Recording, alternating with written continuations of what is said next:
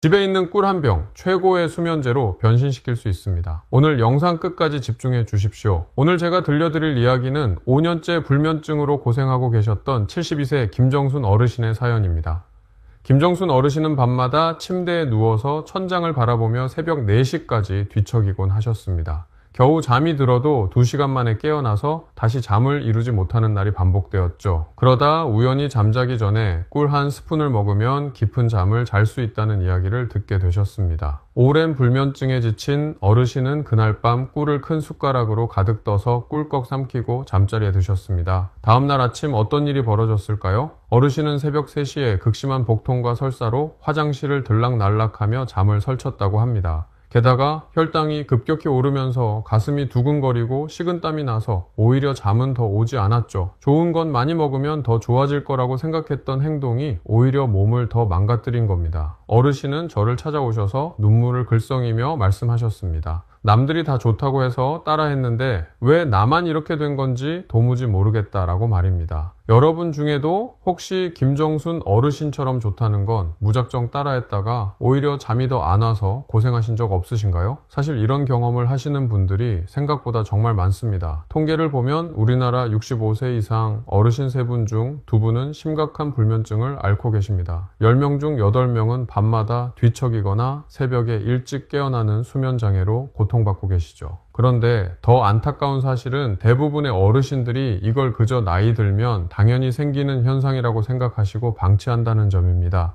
하지만 여러분, 이건 단순한 노화가 아닙니다. 우리 몸의 수면 시계가 고장나고 있다는 몸의 긴급 신호입니다. 나이가 들면 우리 뇌 속에는 큰 변화가 일어납니다. 젊었을 때 우리를 깊은 잠으로 안내해주던 멜라토닌 공장이 서서히 문을 닫습니다. 또 20대 때는 8시간을 푹 잤던 깊은 잠이 60대가 넘어가면 2시간에서 3시간으로 줄어들어 버립니다. 뇌를 지키는 수면의 질이 떨어지고 회복력이 약해져서 낮에 피로가 누적되는 상태가 되는 것이죠. 김정순 어르신이 드신 꿀은 사실 죄가 없습니다. 꿀은 현존하는 천연수면 유도제 중에서 가장 강력하게 뇌의 휴식을 돕는 최고의 약입니다. 무려 트립토판과 천연당분이 결합되어 멜라토닌 분비를 촉진한다는 연구 결과가 이미 입증되어 있습니다.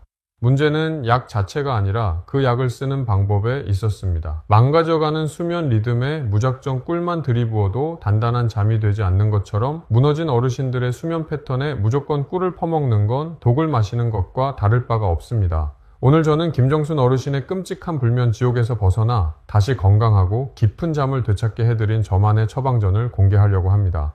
비싼 수면제나 병원 치료가 아닙니다. 집에 있는 꿀을 활용하되 먹는 시간과 방법을 살짝 바꾸는 것만으로 효과를 극대화하는 일명 수면 골든타임 기법입니다. 지금부터 제가 알려드릴 이 방법만 제대로 익히시면 여러분의 수면 시계를 거꾸로 돌리실 수 있습니다. 본격적인 이야기에 앞서 오늘 내용이 기대되신다면 좋아요 버튼 한번 꾹 눌러주세요. 여러분의 작은 관심이 제가 영상을 만드는데 정말 큰 힘이 됩니다. 그럼 지금 바로 시작하겠습니다. 지금부터 말씀드릴 이 3가지 행동은 절대 하시면 안 됩니다. 이건 잠을 잘 오게 만드는 게 아니라 수면을 서서히 죽이는 지름길입니다. 첫 번째, 절대 공복에 꿀을 먹지 마십시오. 이게 무슨 소리냐고요? 보통 잠자기 직전에 꿀 한 스푼을 그냥 삼키시는 분들이 많으시죠? 김정순 어르신도 그러셨습니다. 저녁을 먹고 4시간이 지난 빈속에 꿀을 대량으로 드셨죠? 그런데 이건 마른 땅에 갑자기 폭우를 쏟아붓는 것과 똑같은 짓입니다. 우리 몸의 원리를 알면 이게 왜 위험한지 바로 이해가 되실 겁니다. 꿀은 혈당을 서서히 올려주는 느린 연료가 아닙니다. 꿀은 급속도로 혈당을 치솟게 만드는 로켓 연료입니다. 빈 위에 꿀이 들어가면 혈당이 순식간에 급등했다가 2시간에서 3시간 후에 급격히 떨어집니다. 이때 몸은 위험 신호를 감지하고 스트레스 호르몬인 코르티솔을 분비해서 여러분을 강제로 깨워버립니다. 겉으로는 달콤해 보이지만 속에서는 롤러코스터를 타고 있는 혈당 폭풍이 바로 여기서 시작되는 겁니다. 두 번째, 카페인과 꿀을 함께 먹지 마십시오. 욕심이 화를 부른다는 말이 딱 여기에 해당합니다. 김정순 어르신은 오후에 마신 커피 때문에 잠이 안 온다고 생각해서 꿀의 효과를 높이겠다고 녹차에 꿀을 타서 드셨습니다. 진정 효과가 있는 채 달콤한 꿀을 넣으니까 더 잠이 올 거라고 믿으셨겠죠. 하지만 이건 불 끄는 소방관과 불 지르는 방화범을 동시에 부르는 격입니다. 꿀이 아무리 멜라토닌을 늘려도 카페인이라는 각성제가 뇌를 깨워대면 결국 카페인이 승리합니다. 게다가 당분과 카페인이 만나면 심장 박동수가 증가하고 몸이 흥분 상태가 되어 오히려 밤늦게까지 뒤척이게 됩니다. 꿀은 순수한 물이나 따뜻한 우유와 짝꿍기지 카페인 음료와는 상극이라는 사실을 꼭 기억하셔야 합니다. 세 번째, 당뇨가 있으신데 무조건 꿀을 드시지 마십시오. 많은 어르신들이 꿀은 천연 설탕이니까 몸에 좋을 거라고 생각하고 당뇨병이 있어도 꿀은 괜찮다고 믿으십니다. 그런데 만약 혈당 조절이 안 되는 상태라면 어떨까요? 여러분은 지금 이미 흔들리는 혈당에 기름을 부어 더 큰 화재를 만드는 셈이 됩니다. 꿀의 당분 지수는 일반 설탕과 거의 비슷한 55에서 87 정도입니다. 당뇨가 있는 분들에게는 결코 안전한 식품이 아닙니다. 특히 밤에 혈당이 급등하면 신장에서 소변을 만들어내느라 화장실을 자주 가게 되고 이 때문에 잠이 더 자주 깨지게 됩니다. 이걸 구별하는 방법은 아주 간단합니다. 혈당 측정기로 꿀을 먹기 전과 2시간 후를 재어보세요. 200mg/dl 이상으로 올라간다면 그건 수면 도우미가 아니라 수면 방해꾼입니다. 이럴 때는 꿀 대신 마그네슘 보충제나 카모마일 차를 드시는 게 훨씬 안전합니다. 자, 정리해 봅시다. 빈속에 폭탄 투하하지 않기, 카페인과 동시에 먹지 않기, 당뇨 있을 때 무조건 먹지 않기, 이 세 가지만 피하셔도 수면 재앙은 막을 수 있습니다. 그렇다면 도대체 어떻게 먹어야 꿀이 기적의 수면제가 될 수 있을까요? 김정순 어르신의 불면증을 해결해낸 그 비법, 바로 다음 파트에서 공개하겠습니다. 이제 드디어 김정순 어르신의 불면증을 일주일 만에 진정시키고 한 달 만에 깊은 잠으로 되돌려 놓은 저만의 특급 처방전을 공개할 시간입니다. 저는 이 방법을 수면 골든타임 기법이라고 부릅니다.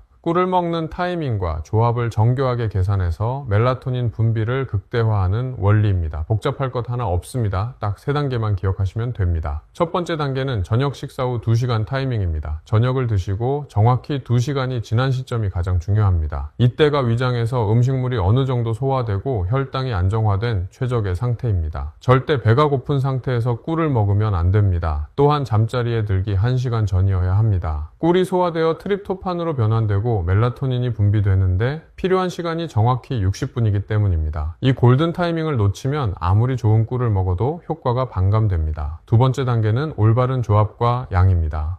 여기서 어떤 음식과 함께 먹느냐가 승패를 가릅니다. 제가 추천하는 조합은 따뜻한 우유 한 컵에 꿀 티스푼 반입니다. 우유 속의 트립토판과 꿀의 천연 당분이 만나면 뇌에서 세로토닌이 분비되고 이것이 다시 멜라토닌으로 변환됩니다. 절대 꿀만 따로 먹지 마세요. 반드시 단백질이 있는 음식과 함께 드셔야 혈당 급등을 막고 지속적인 에너지를 공급할 수 있습니다. 우유가 부담스러우시면 무당 요구르트 작은 컵에 꿀 반 스푼을 넣어 드셔도 됩니다. 세 번째 단계는 환경 조성입니다. 꿀을 드신 후에는 절대 밝은 빛을 보지 마세요. 스마트폰, TV, 형광 등은 멜라토닌 분비를 강제로 차단시킵니다. 대신 은은한 간접 조명만 켜두고 책을 읽거나 가벼운 스트레칭을 하며 몸을 이완시켜 주세요. 실내 온도는 18도에서 20도로 시원하게 유지하는 것이 중요합니다. 몸이 차가워져야 뇌가 수면 신호를 받아들이기 때문입니다. 이렇게 꿀, 우유, 어둠, 시원함 이 4가지 조건이 완벽하게 갖춰지면 자연스럽게 깊은 잠에 빠지게 됩니다. 김정순 어르신은 처음에 이 방법을 반신반의하며 시작하셨습니다. 5년째 잠 못 드는 사람이 꿀 한 스푼으로 달라질 거라고 믿기 어려우셨겠죠. 하지만 딱 3일이 지나자 놀라운 변화가 나타났습니다. 첫째 날은 여전히 새벽 2시에 깼지만 다시 잠드는 시간이 30분으로 단축되었습니다. 셋째 날은 한밤중에 깨지 않고 아침 6시까지 연속으로 주무실 수 있었죠. 일주일 후에는 친구들이 얼굴 색깔이 달라졌다고 물어볼 정도로 깊은 숙면을 취하기 시작했습니다. 어렵지 않으시죠? 저녁 식사 2시간 후 꿀 반 스푼과 따뜻한 우유, 그리고 어두운 환경에서 1시간 후 잠자리. 이 공식만 기억하시면 됩니다. 이제 방법은 다 아셨으니 이걸 하루 일과표에 어떻게 집어넣어야 할지 딱 정해드리겠습니다. 수면 골든타임은 저녁 시간 관리가 핵심입니다. 저녁 8시에는 저녁 식사를 완료하세요. 가벼운 저녁을 드세요. 너무 기름지거나 매운 음식은 피해야 합니다. 소화에 에너지가 많이 들어가면 잠을 방해하기 때문입니다. 저녁 8시가 되면 꿀과 우유 타임입니다. 따뜻하게 든 우유 200ml에 꿀 티스푼 반을 넣어 천천히 드세요. 이때부터는 카페인이 들어간 차나 음료는 절대 금지입니다. 저녁 8시 30분부터 9시까지는 이완 시간입니다. 조명을 어둡게 줄이고 가벼운 독서나 명상, 목욕을 하세요. 스마트폰이나 TV는 완전히 끄는 것이 좋습니다. 저녁 9시에는 취침하세요. 실내 온도를 18도에서 20도로 맞추고 암막 커튼을 치세요. 이 시간이 되면 자연스럽게 졸음이 올 겁니다. 이제 여러분이 댓글로 정말 많이 물어보시는 질문들 3가지를 속 시원하게 해결해 드리겠습니다.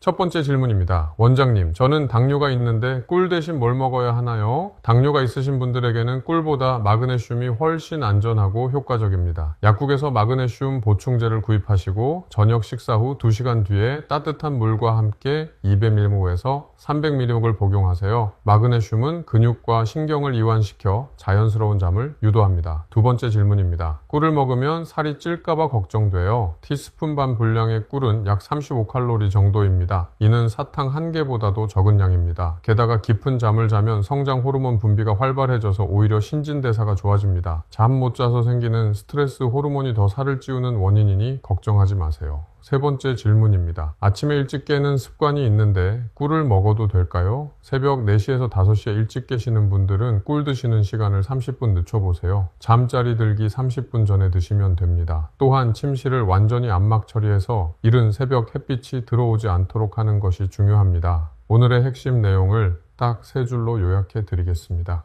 첫째, 타이밍이 생명입니다. 저녁 식사 2시간 후 잠자리 1시간 전이 골든타임입니다. 이 시간을 놓치면 효과가 반감됩니다. 둘째, 혼자 먹지 말고 우유와 함께 하세요. 꿀만 단독으로 먹으면 혈당 폭탄이 되지만 단백질과 함께 먹으면 완벽한 수면제가 됩니다. 셋째, 환경이 50%입니다. 아무리 좋은 꿀을 먹어도 밝은 빛 아래서는 소용없습니다. 어둠과 시원함이라는 수면 환경을 반드시 조성하세요. 김정순 어르신은 이제 밤 9시만 되면 자연스럽게 졸음이 오신다고 합니다. 5년간의 불면지옥에서 벗어나 하루 7시간씩 푹 주무시며 낮에도 활기찬 생활을 하고 계십니다. 수십만 원짜리 수면제를 복용할 때보다 단돈 몇백 원짜리 꿀 한 스푼이 훨씬 더 효과적이라고 말씀하시죠. 중요한 건 비싼 약이 아니라 올바른 지식과 꾸준한 실천입니다. 오늘 밤부터 당장 저녁 식사 후 시계를 확인하는 것부터 시작해 보십시오. 여러분의 숙면이 바로 여기서부터 시작됩니다. 오늘 영상이 도움이 되셨다면 구독과 알림 설정 버튼을 꼭 눌러주세요. 다음 시간에도 어르신들의 건강한 밤을 책임지는 속 시원한 수면 이야기로 찾아오겠습니다. 지금까지 여러분의 건강 주치의였습니다. 오늘도 달콤하고 깊은 밤 되십시오.